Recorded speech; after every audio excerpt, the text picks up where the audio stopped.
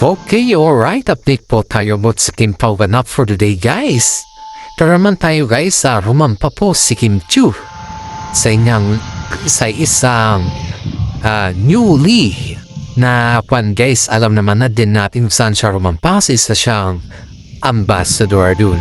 Aba, sa pagrampa naman ni Kimi, laas loob niyang nirampa ang kanyang beautiness, guys. Ang ganda-ganda ng kanyang suot at saka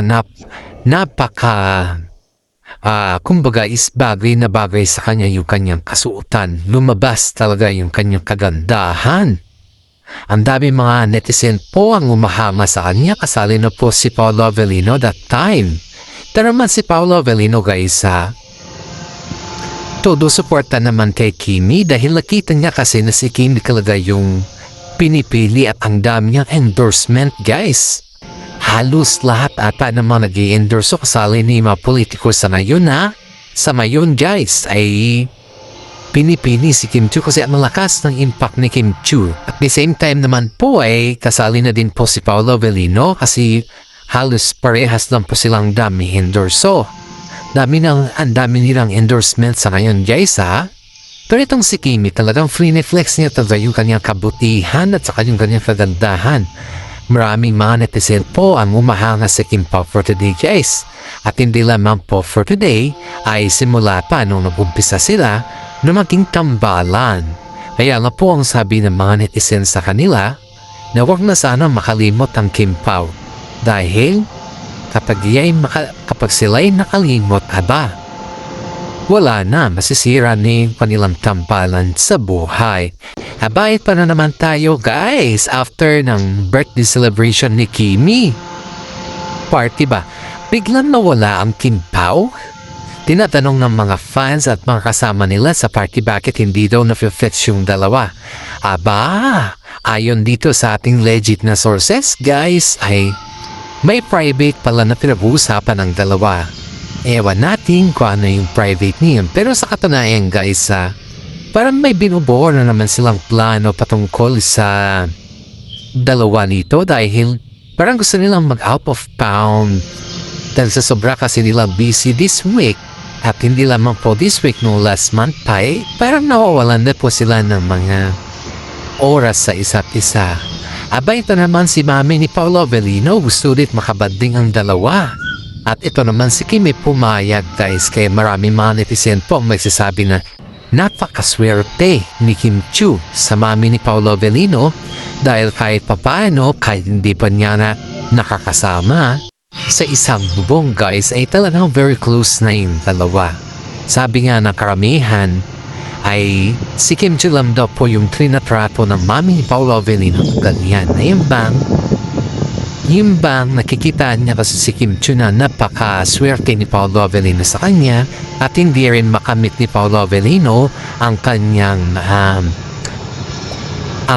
tetanus sa ngayon kung wala si Kim. Hindi rin magiging sikat si Paolo kung wala si Kim. Yan po yung malaking pasasalamat ng mami ni Paolo Avellino kay Kimi dahil narating na din po ni Paolo Avellino yung tinatawag na kasikatan dahil sa kanya. Kaya sa ngayon, guys, yung mami ni Paolo po ay talagang kapag kasama niya si Kimi, todo effort talaga to, guys. Kahit nagluluto siya, parang hindi niya hinayaan si Kimi, guys, na magugutom. Kaya syempre, yan na yung pagmamahal yan na yung pinapakita ng mami ni Paolo Avellino na mahal niya si Kimi at welcome siya sa kanilang pamilya. Ito naman si Paolo Avellino, guys, nung nag-request yung mami niya kay Kimi, ito na paisipan ng dalawa na isusurprise yung mami ni Paolo. Alam ba kung ano yung surprise ng dalawa ang Kim Pao sa mami ni Pao? Ay isang napakagandang bag, guys. Bag. Ito ay galing, diba si Kim Chiu, guys, ay may business po siyang bunny bag. Isa sa mga mabenta or best-seller na business ni Kim Chiu ay yung mga bag ay ganun din po yung niregalo niya kay mami ni Paolo. Napakaswerte ni Kim Chiu sa pamilya Avellino, guys, dahil kahit papaano ay pinapakita talaga nila sa kanya kung paano sila mag-maintain or paano nila paano nila i-entertain si Kim Chiu, guys. Tuwing pumupunta si Kim Chiu sa bahay nila, guys, bahay nila Paolo Avellino, ay lahat ng mga pamilya ni Paolo Avellino dun, guys, ay sinasalubong si Kimi. Pero hindi lamang po sinasalubong, guys. Talaga binibigyan siya ng malaking alindog ba. Ibig sabihin yung bengjang pagsalubong talaga sa kanya, guys. Hindi lamang po yung basta-bastang pasalubong, yung sinasalubong lang siya. Hindi lang ganoon, talagang napakabengga, guys. Yan po ay utos ng mami ni Paolo dahil love na love niya si Kimi. Eto na naman tayo, guys, may isang issues na naman tayo na nasagap sa loob ng showbiz. Di ba nung rumampa si Kim Chiu, guys, at suot niya yung puting gown, is half casual ba nung pinatawag natin? Kasi hanggang lang dito sa tuhod ba?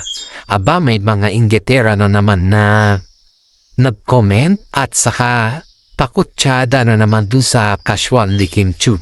Aba, sinabihan ba naman na hindi daw nababagay kay Kim Chiu yung kanyang damit dahil masyado daw payat at hindi daw komportable si Kim Chiu dun sa damit na ginamit niya. In fairness, guys, wala tayong naririnig kay Kim Chiu na ganun yung kanyang comment. At wala rin tayong naririnig kay Paolo Avellino na napapangitan si Kim Chiu sa kanyang kasuotan.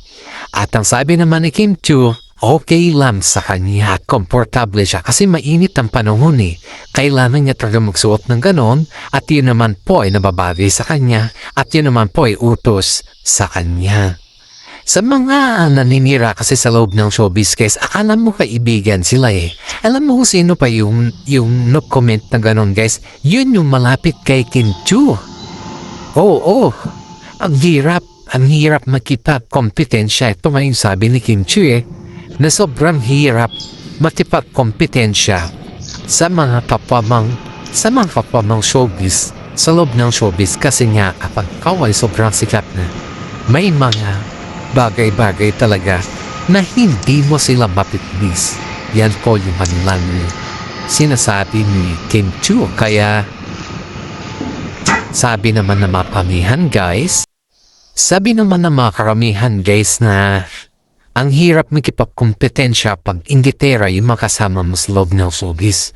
Aba, buti na lang, guys, ay malawak yung pag-iisip ni Kimi at si Paolo Avellino. Pero kung hindi lang siguro malawak yung kanilang pag-iisip, guys, ay marami na po silang nasasabihan dahil sobrang inggit, guys. Ang hirap talaga, guys, pag ikaw ay sobrang inggit sa loob ng showbiz. Ito pa yung masaklap dito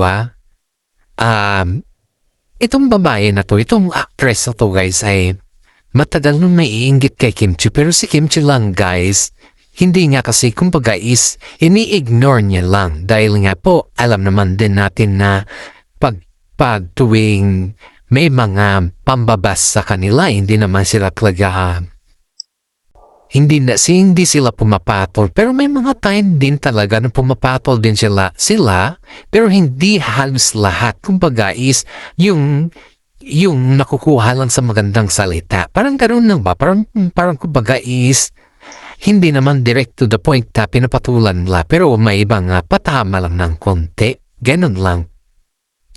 Pero in fairness, ang sabi ng kaibigan ni Kim Chiu dun sa isang kaibigan din ni Kim Chiu na nagsasabi na hindi bagay din kay Kim Chiu, ikaw kaya yung gumanap at ikaw kaya suot ng damit at rumampa.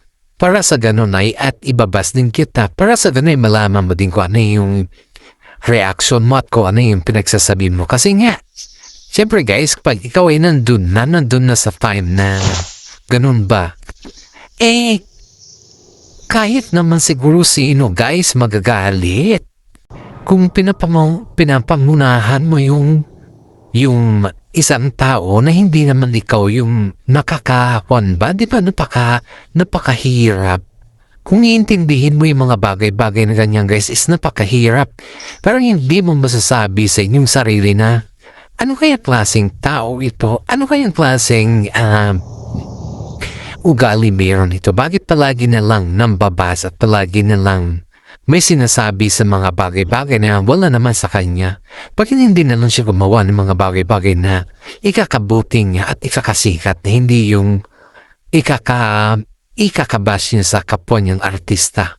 Ito yung mga sinasabi ng mga fans nila guys na patuloy na nagsasabi na wag na lang patulan yung mga ganyan na tao kasi sobrang hirap patulan mo yan. Aba guys, buti na lang kamu. May isang aktor na nakarinig dun sa kanyang sinabi at sinabi din kay Kim Chiu, buti na lang kamu. Natapos ang rumampa si Kimi at hindi na siya na-stress ba? Siyempre pag ikaw naman guys na sabihan ka ng ganon at yung hindi ka pa tapos rumampa or di kaya wala ka pa dun sa event ba? Yung nandun ka pa sa kwan. Siyempre makikita mo yung mai-stress ka eh. Makikita mo yung mga facial expressions, yung mga napakasakit ta. And yet, beside, buti na lang kamu. Nakakaintindi si Kim Chiu. Kung siguro sa iba yan guys, wala na. Don't expect natin pag sa iba yan, talagang susugurin ka nila at talagang sasabihan ka nila na huwag ka masyadong kampante sa mga galawan mo dahil hindi ka pa naman sikat. Parang ganun ba? Alam mo yun, yung hindi ka sikat tapos yung mga sikat yung kinatamaan mo. Aba? Napakaswerte naman ng girl na to kung ganun na yung sitwasyon. Hindi ko iniisip na saan mapupunta yung ganitong sitwasyon sa kanya. Ang hirap, kung tutusin natin, sobrang hirap guys. Kaya sa atin ngayon guys ay palagi nating iisipin na sa lahat ng bagay alam natin at kung alamin natin yung mga bagay-bagay na kailangan natin, di ba? Yun yung pinakamasarap dito guys na dapat alamin natin yung mga bagay-bagay na kailangan din natin. Kasi wag lang tayo puro basing ba, wag lang tayo puro ganun. Aba, heto pa guys, lumabas sila Kim Chiu at si Paolo Avellino. Spotted na naman sila dun sa apartment ni Kim Chiu guys. Ito isang araw to ayon dito sa ating legit na sources. Ay, di ba na-stress kasi si Kimi dun sa damit? At ito naman si Paolo Avellino, parang gusto niya libangin si Kim Chiu. Nag-jogging muna sila, nag-exercise, and then nung medyo napagod na spotted si Paolo Avellino dun sa lobby ng kondo ni Kimi na kung saan niya binili. Haba, ang daming mga netizen nag-aabang sa kanyang paglabasin. Buti na lang kamo. Yung security guard dun sa mismo kondo ni na Kim Chiu ay iniba yung daan. Kasi pag iyan po ay hindi iniba ng gwardiya, dun talaga sila sa entrance, hindi na sila makakapunta dun sa kanilang pupuntahan.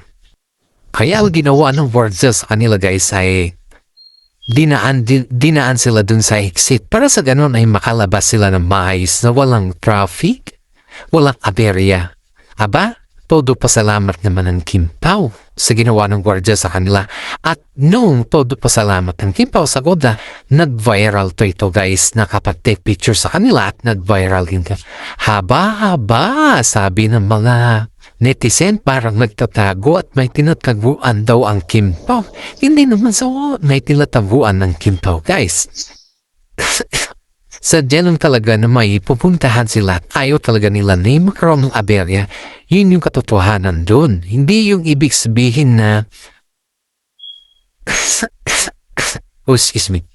Hindi yung ibig sabihin na may tinatabuan sila. Walang ganun guys. Walang ganun na nangyayari kasi siyempre isipin natin to may mga bagay-bagay din na inaayaw din nilang madisturbo at may mga bagay-bagay din na importante din yung kanilang pinupuntahan ba. Siyempre sa mga fans ngayon, sikat sila. Iisipin nila yung guys na yung madidistract sila Hindi naman lahat ng panahon guys, tayong mga fans ay kailangan natin distracting yung ating mga idolo sa buhay. Dahil may mga emergency din sila yan, gaya kahapon na ganun yung nangyari. Pero buti na lang kamo, naiintindihan nila at talaga nung nagsabi ni gwardiya na wala na ang Kim Pao sa loob. Aba, sabi ng netizen guys na Parang may tinataguan daw ang Kim Pao. Pero hindi naman. Wala naman siyang tinataguan, guys. Wala silang tinataguan. Kumbaga, talagang may emergency na sila. Ito na naman tayo, guys, sa bagong issue. Aba, may binili po si Kim Chu na pants, pantalon ni Paolo Avellino. Alam mo yung uso ngayon na fitting. Siyempre naman guys, hindi naman mahilig si Daddy Paulo ng fitting na pants kasi gusto niya puro maluluwang ang damit, yun yung kanyang kahiligan. Ayaw niya yung mga fitting na yan. Apa? Parang, siyempre kay Paulo kasi bihira mo lang makikita mag-fit yan pero halos pansin mga maluluwang. Aba, itong si Paulo, sabi niya. Sabi daw niya kay Kimi na pa-joke lang guys Sabi niya kay Kimi na pa-joke lang na yung sa tagal mo nang kasama ako at alam mo naman kung ano yung size ko, bakit ganito pa yung binili mo? Para ganun. Tuwang-tawa daw si Kimi kay Paolo Avellino kasi first time daw niyang nagsabi ng ganun. At siyempre guys, nagpapasalamat pa rin si Paolo Avellino sa binili ni Kimi sa kanya dahil hindi niya in-expect na bibilhan siya ni Kimi ng ganun nakamahal na pantalon at first time niyang may pantalon na ganun. In fairness, nung binigay daw yan ni Kimi guys, hindi niya muna sinabi na regalo niya kay Paolo pero kumbaga, biglang pinasuot daw niya kay Paolo at sabi niya, wag mo nang tanggalin yan, susuotin mo na yung bagong labalan yan. Parang ganun lang. Parang alam mo yung para lang silang magkaibigan na nagsasalita, yung magkwentuhan ba. Pero they were so very close Nilahadin natin. They were so very close. Kaya si Kimi guys, kung ano yung binigay niya kay Paolo Avellino ay palagi naman nagpapasalamat itong si Paolo sa kanya. Palagi nga itong tinatanong kung kumusta si Kimi, kung okay lang siya. Palagi nag-aalala si Paolo kay Kimi guys kasi si Kim Chu guys vegetarian siya. Ibig sabihin ng vegetarian sa mga hindi nakakalam, puro gulay yung kinakain niya. Ang pagkain pa niya is only 1 cup yung 1 cup lang yung kanyang kinakain. Yung alam mo yung bowl, yun yung kanyang kinakain guys. Ganun lang siya kumain. Pero yung lahat, hindi siya masyado nakagaya natin na kumagais, malakas kumain sa rice, malakas kumain sa karne. Ganun, wala siyang ganun. Kasi siyempre pag Chinese ka kasi, self-consciousness ka dyan. Kumain ka rin ng karne, pero hindi palagi. Yung jutay-jutay lang ba na sinasabi. Kaya siyempre, ang pangangatawan din ni Kim Chu palagi niyang inalagaan, very sexy. At hindi rin mahilig si Kim Chu ng mga medicine guys. Ang talagang kahiligan niya yung mga herbal lang. Kasi ang herbal lang kasi yun nagpapaganda rin sa kanya. At saka ayaw niya masyado ng mga chemicals. Ayaw niya. Gusto lang niya yung mga basic lang. Kung ano yung taste, iyan na yung taste. Parang ganun lang. Ayaw niya yung mga overextend na mga chemicals na ayaw niya. Ayaw siyang ganun. Kaya mga netizen guys ay nagsasabi sa kanila na walang tinuturok si Kim Chu. Kasi one time guys, may mga fans kasi si Kim Chu na overacting na nagsabi na ano daw yung magic ni Kim Chu, bakit baby face daw siya. Yun yung acting Sabi naman ng karamihan na hindi magic yung nangyari kay Kim Chu. Talagang ganyan kasi siya. Kasi very self-consciousness siya sa kanya pangatawan. At yung mga kinakain niya is purely vegetables. Diba? Ganun siya. Hindi siya mahilig masyado kumain sa restaurant. Ang talagang kahiligan niya guys is he can cook her food every time. Yun siya yung nagluluto at saka small amount of the asin lang, small amount of the something like that. Mga very small amount lang guys. Hindi masyado yung mga matatamis. Ayaw niya masyado yan. Mga salty. Ayaw niya masyado yung mga sakto lang.